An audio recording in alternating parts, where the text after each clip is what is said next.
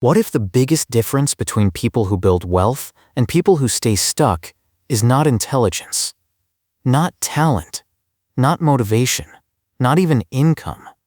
What if the biggest difference is the money map they were given before they were old enough to understand it? Because some children grow up hearing very different conversations about money.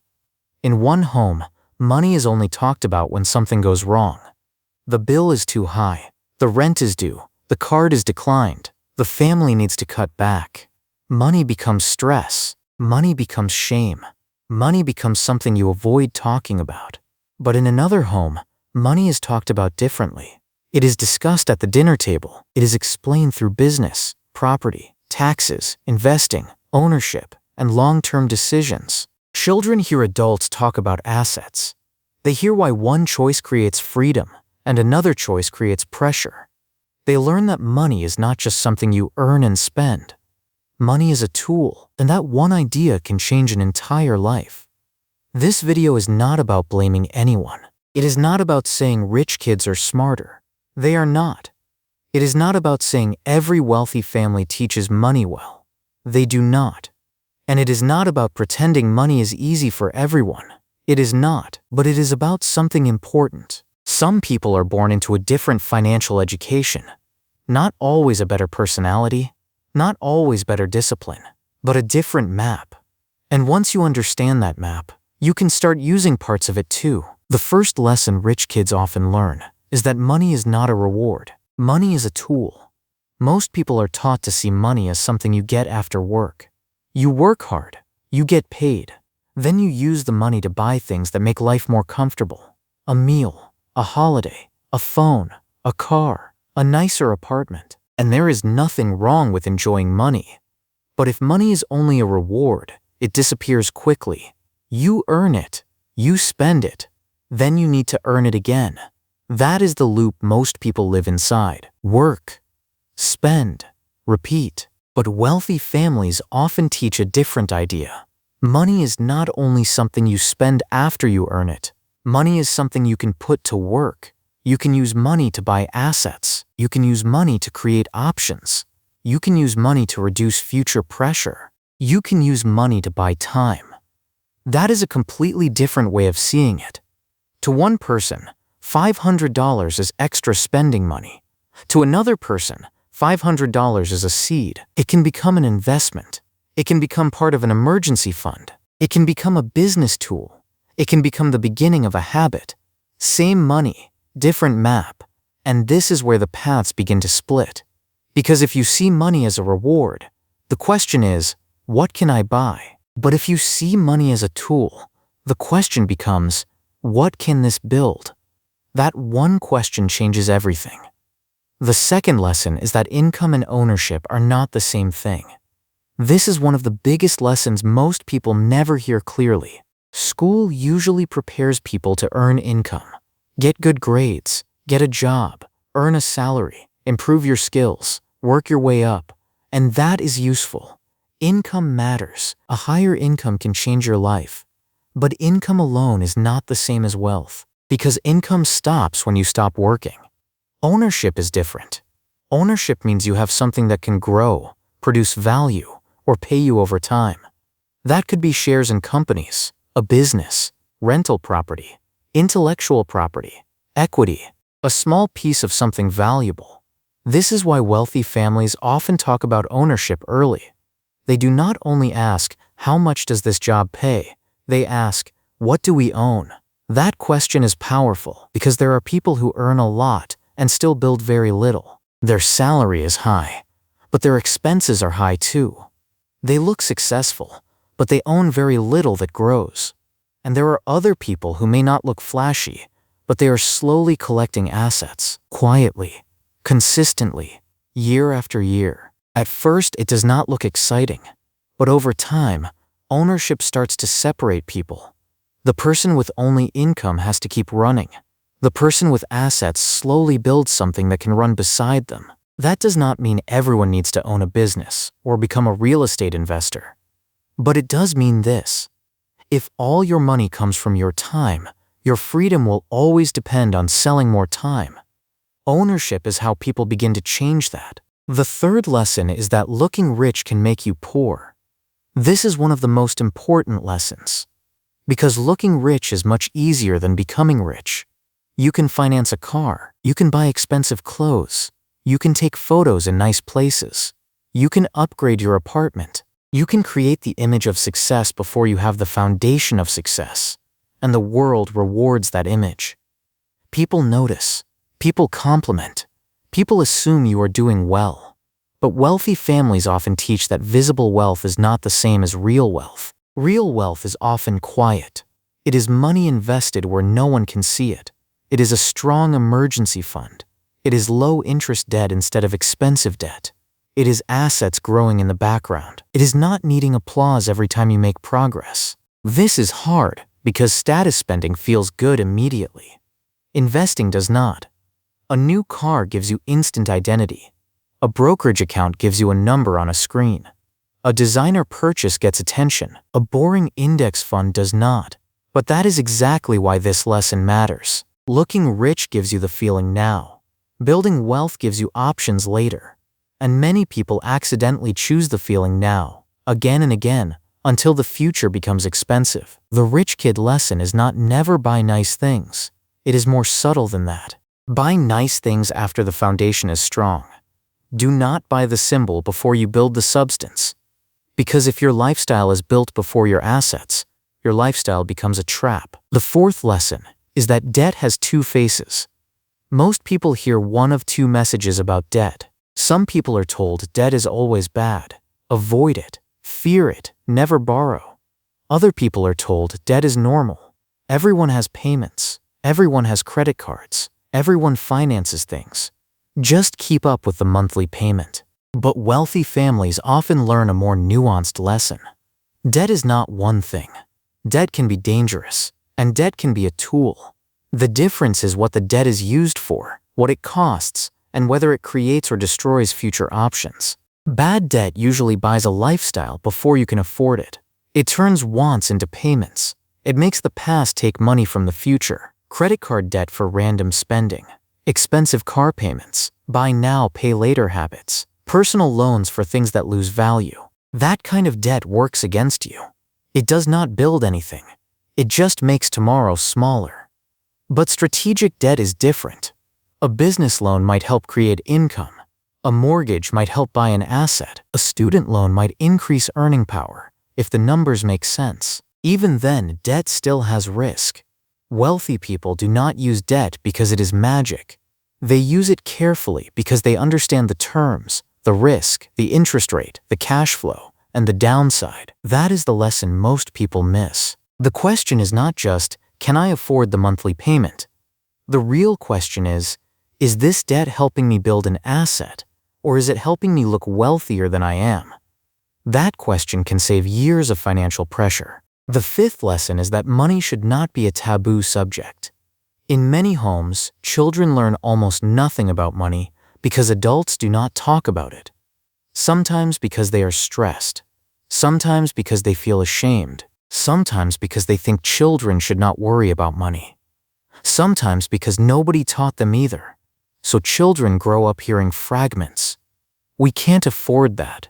Money doesn't grow on trees. Stop wasting money. That's too expensive. But they do not learn the system. They do not learn how bills work. They do not learn how investing works.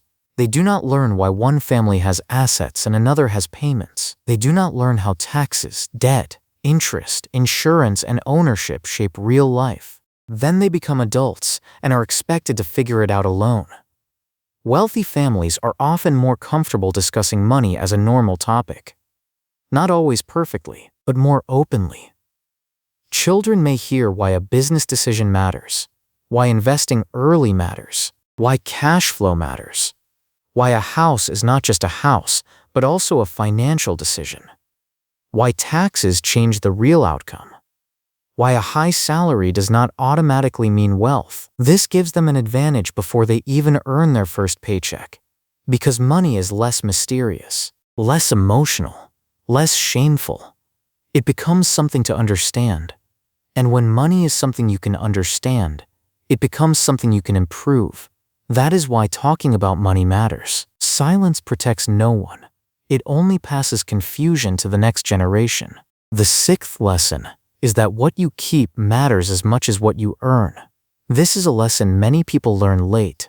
They focus only on making more, a better job, a raise, a promotion, a bigger salary, and again, income matters. But wealthy families often teach that earning is only one side of the game. The other side is keeping, protecting, and growing. Because money can leak through lifestyle, through taxes, through fees, through interest, through bad investments, through poor planning, through family pressure, through not understanding the rules. This is why two people can earn the same income and end up in completely different places. One person earns more and spends more. The other person earns more and builds more. One person sees a raise as permission to upgrade everything. The other person sees a raise as a chance to increase the gap between income and expenses. And that gap is where wealth is built. Not the salary. The gap, the money that survives. The money that gets invested. The money that is protected from impulse, status, and chaos. This is why wealthy families often pay attention to boring things: fees, interest rates, tax planning, insurance, legal structures, estate planning, diversification. Not because these things are exciting. They are not. But because wealth is not only created by big wins, it is also protected by avoiding unnecessary losses. A person who earns a lot but keeps very little may always feel behind. A person who earns moderately but keeps and invests consistently may slowly become powerful. The seventh lesson is that time is the hidden multiplier. This is one of the most important lessons in money. Rich kids often learn early that money and time together can create something bigger than money alone. This is the idea behind investing. This is the idea behind compounding. This is the reason starting earlier can matter so much. But here is the part most people misunderstand. Time does not reward you just because it passes. Time rewards systems. If you spend everything for 20 years, time does not magically build wealth. If you avoid learning for 20 years, time does not save you. If you keep repeating the same money leaks, time makes the leak bigger. But if you invest consistently, avoid destructive debt, keep your lifestyle under control, and let assets grow, time becomes powerful. This is why wealthy families often think in decades. Not only this month, not only this year, but 10 years, 20 years, the next generation. A small decision looks different when you stretch it across time. A daily habit becomes thousands of dollars. A monthly investment becomes a serious asset. A bad loan becomes years of pressure. A house decision can shape a decade. A business choice can change a family. When you learn to think in decades, you stop laughing at small decisions. You realize small choices are only small when they happen once. Repeated over time, they become your life. The eighth lesson is that risk is not something to avoid completely. It is something to understand. This is a big one. People who grow up with little financial security often see risk as danger. And that makes sense. If one mistake can ruin you, risk feels terrifying. But wealthy families often teach that avoiding all risk can also be risky. Keeping all your money in cash has risks. Depending on one job has risks. Never investing has risks. Never learning new skills has risks. Letting inflation quietly reduce your buying power has risks. The lesson is not to take reckless risks. It is to understand risk clearly. There is a difference between gambling and investing. There is a difference between concentration and diversification. There is a difference between taking a calculated risk and chasing a fantasy. There is a difference between building a business with a plan and throwing money at an idea you do not understand. Many people stay stuck because they think the only safe option is to do nothing. But doing nothing is also a decision. And over time, it can become expensive. The wealthier mindset is not fearless. It is informed. It asks better questions. What is the downside? What could go wrong? How much can I afford to lose? Is this risk necessary? Is the reward worth it? Do I understand this enough? That kind of thinking can be learned. And once you learn it, money becomes less about fear and more about decisions. The ninth lesson is that generational wealth is not just money. This is where many people get it wrong. They think generational wealth means a rich parent gives a child a large inheritance. And yes, money can be part of it, but money without knowledge can disappear. Generational wealth is also education, habits, connections, confidence, understanding, systems. A child who inherits money but never learns how money works may lose it. A child who inherits no money but learns how assets, discipline, ownership, and investing work has a different kind of advantage. The real goal is not just to pass down dollars, it is to pass down a map. How to think, how to ask questions, how to avoid traps, how to understand value, how to protect assets, how to build instead of only consume. That is why the most powerful financial inheritance is not always the money itself. It is the ability to not start from zero mentally. Because when you do not understand money, every decision feels isolated. A car is just a car, a job is just a job, a raise is just more spending, a loan is just a payment. But when you understand money, you see the connections. You see how today's choices become tomorrow's options. And that is the map many people were never given. But here is the important part. You can still learn it. You may not have heard these lessons at the dinner table. You may not have grown up around investing conversations. You may not have been taught ownership, taxes, cash flow, or compounding. You may have learned that money was stressful, confusing, or something only other people understood. But that does not mean the door is closed. It means you are learning the map later. And learning it later is still powerful. Because once you understand that money is a tool, you stop treating it only like a reward. Once you understand ownership, you stop depending only on income. Once you understand status spending, you stop confusing looking rich with becoming rich. Once you understand debt, you stop asking only about the monthly payment. Once you understand time, you stop ignoring small habits. Once you understand risk, you stop letting fear make every decision. And once you understand generational wealth, you realize the goal is not just to make money. The goal is to change the path. Maybe for yourself, maybe for your future family, maybe simply so the next version of you does not keep repeating the same financial patterns. That is the real lesson. You do not need to be born rich to start thinking differently. You do not need a perfect background. You do not need to know everything today, but you do need to stop believing that money is only for people who were taught earlier. Because yes, some people were given the map first, but you can still pick it up now. And once you do, your financial life stops being random. It becomes a path. One choice, one habit, one asset, one lesson at a time.